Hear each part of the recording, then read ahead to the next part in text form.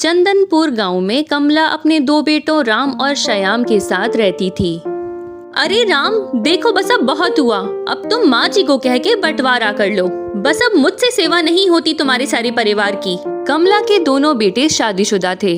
राम बड़ा बेटा था। इसकी पत्नी आरती एक तेज तरार और चालाक लड़की थी, जबकि श्याम छोटा बेटा था। इसकी पत्नी मंजू एक साधारण और सीधी सादी लड़की थी।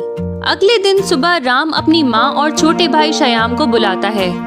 माँ जी, अब मुझे लगता है कि हमें घर और जमीन का बंटवारा कर लेना चाहिए और मैं श्याम को टीले और रेत वाले 2 एकड़ देता हूँ। नशेब वाली 4 एकड़ जमीन मेरी होगी और श्याम अपनी खेती आज से अलग कर ले और मैं अपनी खेती अलग से करूँगा। ये कहकर राम चला जाता है और राम की पत्नी आरती घर में एक लाइन खींच देती है। अरे सासू माँ और देवरानी जी, आज से ये वाला हिस्सा मेरा होगा और तुम में से कोई मेरी तरफ नहीं आएगा। ये सुनकर इसकी देवरानी मंजू कहती है, अरे भाभी, आप ये ठीक नहीं कर रही। आपने खेती से भी हमें पूरा हिस्सा नहीं दिया, अब घर का भी बंटवारा कर रही है। पक्का घर आप ले रही हैं। ये जुल्म है भाभी जी। हाँ हाँ, ये कहकर आरती अपने घर में चली जाती है। अरे भाग्यवान, तुम क्यों परेशान होती हो? हाँ, मुझे पता है, मेरे बड़े भाई ने हमें टीले वाली बेकार जमीन दी है और खुद जरखेज और हरी भरी जमीन रख ली है। हम अपनी जमीन को मेहनत करके अच्छी खेती हासिल कर लेंगे। और अगले दिन खूब बरसात होती है और श्याम की जमीन पानी से सैराब हो जाती है, जबकि राम की खेती वाली जमीन, जो कि नीचे वाली जगह पर थी, सारा बरसात का पानी राम के खेत में खड़ा हो जाता है। फिर श्याम अपनी भूमि में तरबूज के बीज लगा देता है, जबकि राम बहुत ज्यादा पानी खड़ा हो जाने के कारण अपनी जमीन में कुछ भी ना उगा सका। अरे मंजू, देखो, हमारी सारी जमीन हरी भरी हो गई है और हर तरफ खेत में तरबूज ही तरबूज नजर आ रहे हैं। हमारे सब्र का फल हमें मिल रहा है। दूसरी ओर राम अपने भाई श्याम की हरी भरी फसल देखकर जल रहा था, क्योंकि बरसात का पानी खड़ा होने के कारण वो अपनी जमीन में कोई भी फसल ना लगा सका। आरती, देखो, श्याम की खेती में हर तरफ तरबूज ही तरबूज हैं, जबकि हमारी खेती खाली है। तुम्हारा मनहूस भाई और तुम्हारी छोटी मनहूस भाभी के कारण हमारे नसीब फूटे हैं। और फिर दोनों पति पत्नी ये बातें करते हुए सो जाते हैं।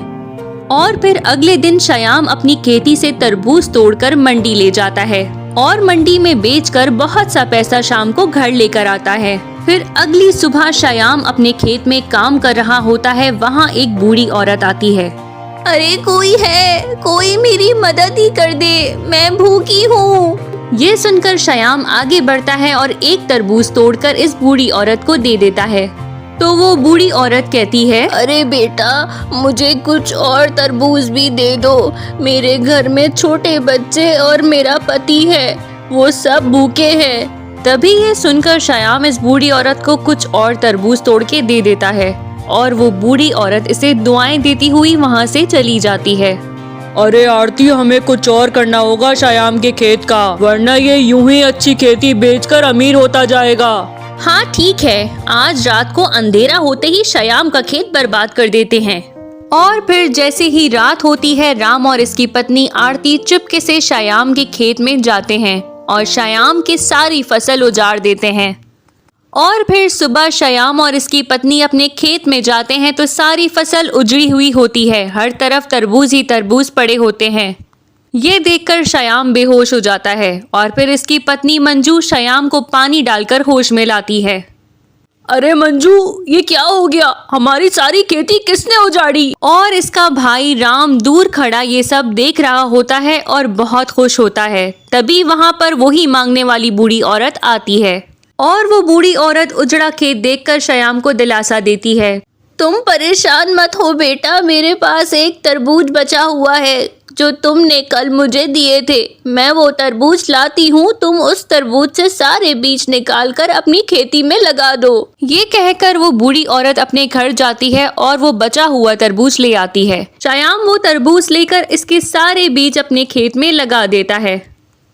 फिर अगली सुबह जब श्याम अपने खेत में आता है तो वो देखता है कि इसका सारा खेत पहले की तरह हरा भरा है। ये देखकर श्याम बहुत खुश हो जाता है और फिर श्याम अपने खेत से तरबूज तोड़कर मंडी में बेचने चला जाता है।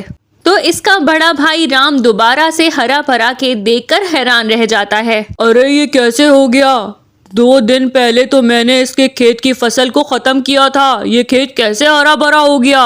ये कहकर राम फिर से खेत को उजाड़ने की नीयत से आगे बढ़ता है और जैसे ही वो फावड़ा चलाने लगता है वो बेहोश होकर नीचे गिर जाता है। और शाम को इसका भाई श्याम जब वापस अपने खेत में आता है तो वो अपने बेहोश भाई को देखकर परेशान हो जाता है और अपने भाई को उठाता है। अरे राम भाई, आप यहाँ क्यों बेहोश पड़े हैं, आपको क्या हो गया है। राम अपने छोटे भाई की अपने बारे में फिक्र देखकर रोने लगता है। श्याम मेरे छोटे भाई, मुझे माफ कर दो, मैंने ही तुम्हारी खेती उजाड़ी थी, मुझे माफ कर दो। ये सुनकर श्याम अपने बड़े भाई राम को गले लगा लेता है और फिर दोनों भाई मिलकर सारे खेत को तैयार करते हैं और मिलकर रहने लगते हैं। अगर आपको हमारी कहानी अच्छी लगी है तो चैनल को सब्सक्राइब कीजिए, वीडियो को लाइक कीजिए। धन्यवाद।